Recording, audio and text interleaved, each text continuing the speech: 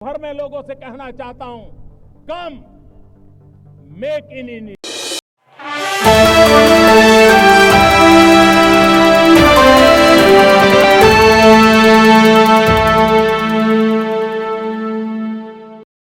जलवायु कार्यकर्ता सोनम वांगचुक की पत्नी गीतांजलि अंगमू ने लद्दाख प्रशासन द्वारा राष्ट्रीय सुरक्षा अधिनियम के तहत की गई उनके पति की गिरफ्तारी को चुनौती देते हुए सुप्रीम कोर्ट का दरवाजा खटखटाया है। 24 सितंबर को लद्दाख में हुई हिंसक झड़पों के बाद उन्हें हिरासत में ले लिया गया था, जिसके बाद से वह राजस्थान की जोधपुर जेल में बंद है।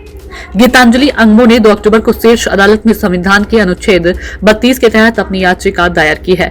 अंगमू ने सोनम वांगचुक के खिलाफ एनएसए कानून के तहत कार्रवाई पर भी सवाल उठाई है। लद्दाख को राज्य का दर्जा देने की मांग कर रहे प्रदर्शनकारी और पुलिस के बीच हुई झड़प के बाद लेह में भड़की हिंसा के कुछ दिनों बाद सोनम वांगचुक को हिरासत में ले लिया गया था। अंगमू ने अपने वकील सर्वमृतम खरे के माध्यम से दायर याचिका में वांगचुक की हिरासत को चुनौती दी है और उनकी तत्काल रिहाई की मांग की। याचिका में एनएसए के तहत उनकी गिरफ्तारी के फैसले पर भी सवाल उठाए हैं। अंगमू ने आरोप लगाया कि उन्हें अभी तक गिरफ्तारी के आदेश की कॉपी नहीं मिली, जो नियमों का उल्लंघन है। इसके अलावा उन्होंने कहा कि उनका अब तक वांगचुक से कोई संपर्क नहीं हो सका। गीतांजलि ने साजिश के लगाए थे आरोप।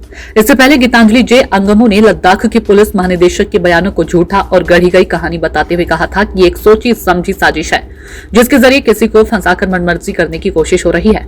गीतांजलि ने कहा था कि हम डीजीपी के बयान की कड़ी निंदा करते हैं। सिर्फ मैं ही नहीं बल्कि पूरा लद्दाख इन आरोपों को खारिज करता है। ये एक बनावटी कहानी है ताकि किसी को बलि का बकरा बनाया जा सके और वे जो चाहे वो कर सके। उन्होंने सवाल उठाया था कि सीआरपीएफ को गोली चलाने का आदेश किसने दिया? अपने ही नागरिकों पर गोली कौन चलाता है, खासकर वहां जहां कभी हिंसक प्रदर्शन नहीं हुए। गीतांजलि का कहना था कि सोनम वांगचुक का इस पूरी घटना से कोई लेना देना भी नहीं था। वे तो उस समय किसी और जगह शांतिपूर्वक भूख हड़ताल पर बैठे थे।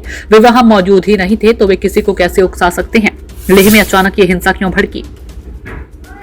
अगस्त 2019 में अनुच्छेद 370 को निरस्त करके जम्मू कश्मीर राज्य का पुनर्गठन किया गया। जम्मू कश्मीर पुनर्गठन अधिनियम 2019 के तहत पूर्ववर्ती जम्मू कश्मीर राज्य को 2 केंद्र शासित प्रदेशों जम्मू कश्मीर और लद्दाख में बांटा गया। इसमें जम्मू कश्मीर को विधानसभा वाला केंद्र शासित प्रदेश बनाया गया, तो वहीं लद्दाख को बिना विधानसभा वाले केंद्र शासित प्रदेश का दर्जा दिया गया। इस बदलाव के तहत जम्मू कश्मीर में पिछले साल नई विधानसभा का भी गठन हो गया है।